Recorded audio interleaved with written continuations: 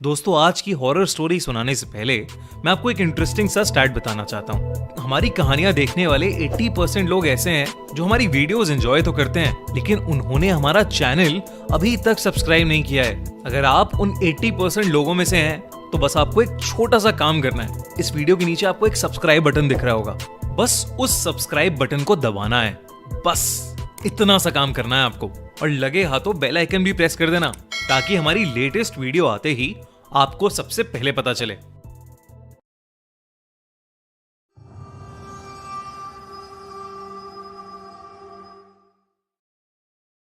सरकटा। आपने सरकटा के बारे में कई कहानियां सुनी होंगी, मूवीज और टीवीज में देखा होगा, लेकिन इस वीडियो में हम आपके लिए बंगाल में घटी सरकटे की एक सच्ची कहानी लेकर आए हैं। दिवाकर बचपन से ही लखनऊ में पला बड़ा था और वो कई सालों बाद वापस अपने गांव जा रहा था, जो कि वेस्ट बंगाल और बांग्लादेश बॉर्डर के एक छोटे से कोने पर था। इससे पहले वो अपने गांव सिर्फ बचपन में गया था, लेकिन अपने पेरेंट्स के मरने के बाद अब उसके परिवार में सिर्फ उसकी नानी थी, जिन्हें वो अपने साथ लखनऊ ले जाने के लिए गांव आया था। वो गांव के पास पहुंच तो गया, लेकिन वहां की मेन सड़क बारिश की वजह से खराब हो गई थी। उसने देखा तो पास में ही एक साइन बोर्ड था, जो कि जंगल के रास्ते से उसके गांव की तरफ इशारा कर रहा था।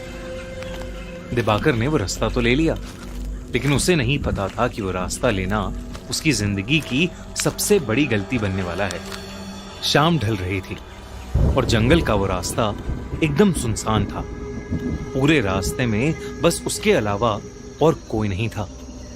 कुछ दूर जाते ही दिवाकर को अजीब सा भारीपन लगने लगा और उसे ऐसा महसूस हुआ कि कोई 10 फीट का आदमी एक झाड़ी के पीछे खड़ा उसकी तरफ देख रहा है। दिवाकर को लगा कि झाड़ियों में कोई जानवर होगा, तो वो थोड़ा तेजी से चलने लगा और तभी उसके पैरों के नीचे कुछ आया, जिससे वो लड़खड़ा कर नीचे गिर गया। जैसे ही उसने पलट कर देखा तो उसके रोंगटे खड़े हो गए।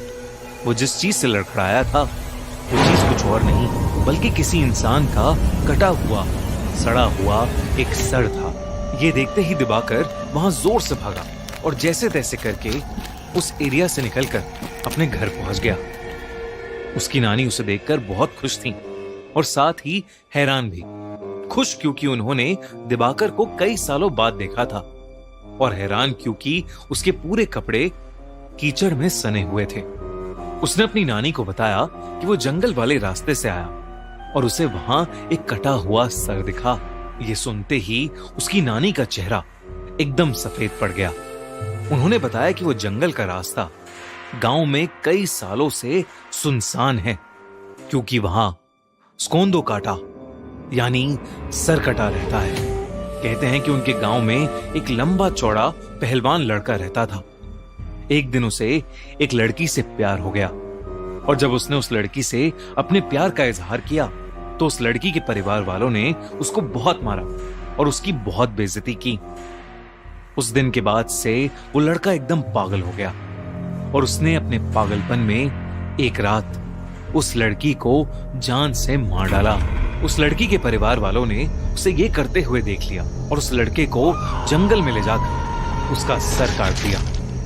उन्होंने उस लड़के के सर कटे शरीर को उसी जंगल में छोड़ दिया, और कहते हैं कि तब से सरकटे की आत्मा अभी भी उस जंगल में भटकती है और वो अपने बदले की आग में जलता रहता है। कहते हैं कि अगर वो किसी को एक बार दिख जाए तो वो उसे भी मारकर सरकटा बना देता है। दिवाकर ये कहानी सुनकर चौंक गया था, लेकिन उसे इस कहानी पर विश्वास नहीं था। उसने अपनी नानी को कहा कि जो उसने जंगल में देखा वो कोई आत्मा नहीं थी, बस एक मरे हुए आदमी का सर था। उसके बाद वो नानी के साथ खाना खाकर सोने चला गया। जैसे ही आधी रात हुई, दिवाकर को सोते हुए ऐसा लगा कि जैसे कोई धीमी सी आवाज में उसे पुकार रहा है। उसने उठकर देखा तो उसके कमरे में कोई नहीं था।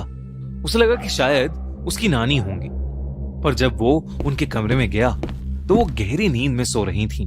उसे ये अपनी थकान का नतीजा लगा और वो फिर से सोने चला गया। लेकिन उसकी आंख लगते ही उसे फिर से वही आवाज सुनाई दी। दिवाकर ने देखा कि वो उसी जंगल में है और उसके ठीक पीछे एक 10 फुट लंबा आदमी खड़ा है और उसके हाथ में उसका कटा हुआ सर है। वही भयानक सड़ते मांस वाला कटा सर जो उसे रास्ते में दिखा था। वो सर अब दिवाकर से मदद मांगने लगा और उससे कहने लगा कि क्या दिवाकर उसका सर उसके शरीर पर वापस जोड़ सकता है।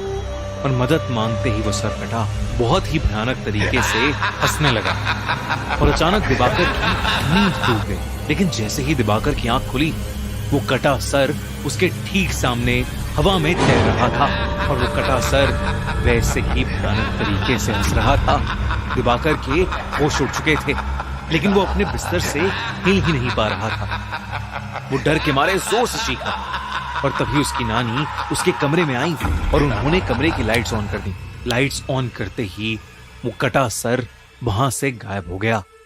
जब नानी ने उससे पूछा कि उसे क्या हुआ है तो दिवाकर ने अपनी नानी से कहा कि उसने बस एक बुरा सपना देखा है। उस रात दिवाकर सो नहीं पाया। उसने गांव वालों से उस सरकटे के बारे में कई किस्से सुने, जिसमें से एक किस्सा ये भी था कि वो सरकटा लोगों से अपने सर को जोड़ने के लिए मदद मांगता है और अगर किसी ने उसका सर जोड़ दिया तो वो पूरे गांव का विनाश कर देगा और जो लोग उसका सर जोड़ नहीं पाते वो उन्हें मारकर अपने जैसा सरकटा बना देता है।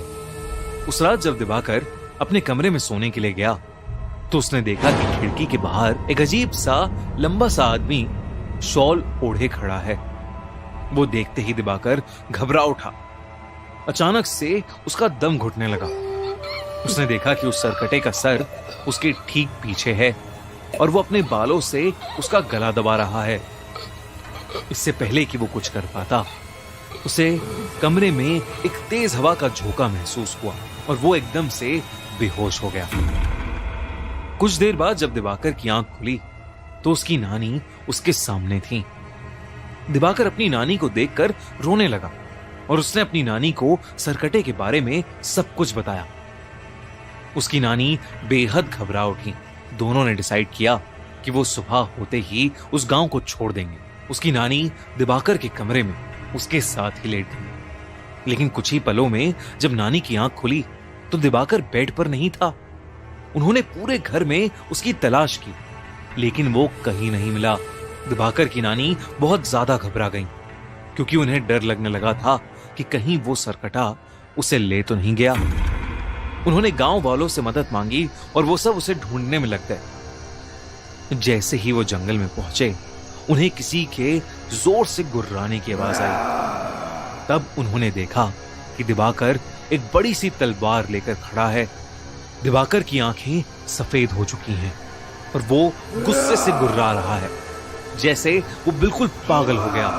दिवाकर की नानी ने उसे आवाज लगाई लेकिन नानी की आवाज लगाते ही दिवाकर ने एकदम से अपनी तलवार से सबके सामने अपना सर काट लिया। ये देखते ही सब गांव वाले वहां से भाग गए और उसकी नानी वहीं जमीन पर गिरकर रोने लगी।